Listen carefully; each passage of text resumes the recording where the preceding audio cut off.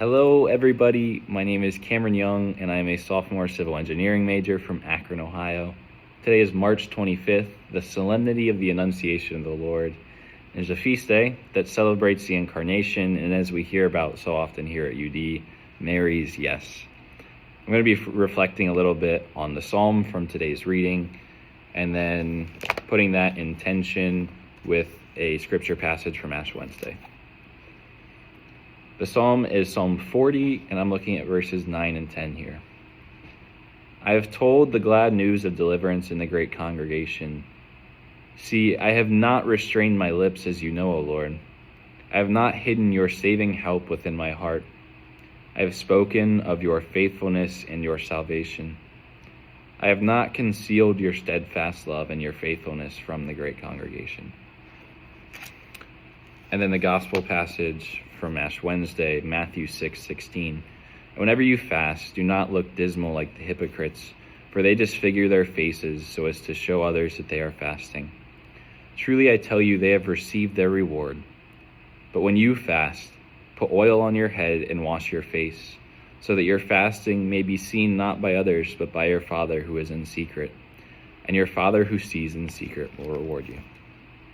So whether it looks like I have washed my face and anointed my head in oil or not today, I have tried to live out this secrecy to my Lenten promise this year.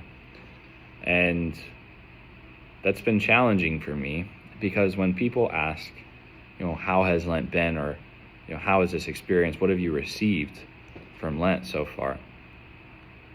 I want to talk to them about it, but I really have struggled at how.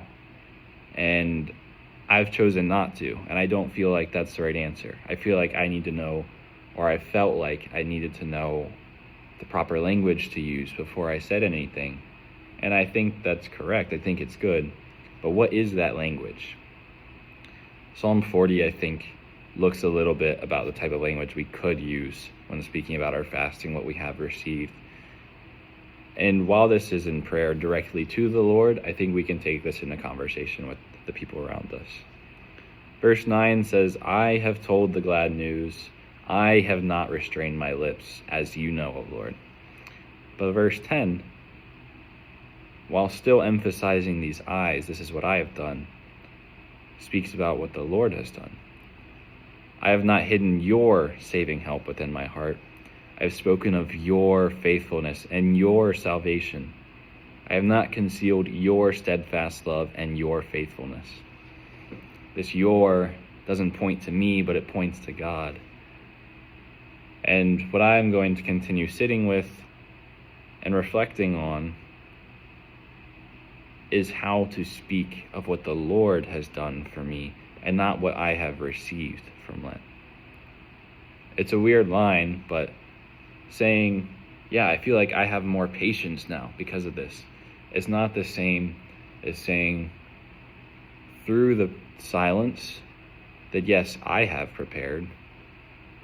The Lord has entered and filled me with grace and has given me patience. I think something there is a little bit more authentic and true to how the Lord fills us in Lent. So today, I just wanted to say that the way we speak of our Lenten promise, the way that we speak of what we have received and going forth from Lent, and continuing to stay focused, we're not done yet with our promise. It's very important, and it shows us the relationship, and it shows others the true, authentic part of our relationship with God. So pay attention to the words that we use, and have a happy rest of Lent. Have a happy Solemnity of the Annunciation, and enjoy the feast.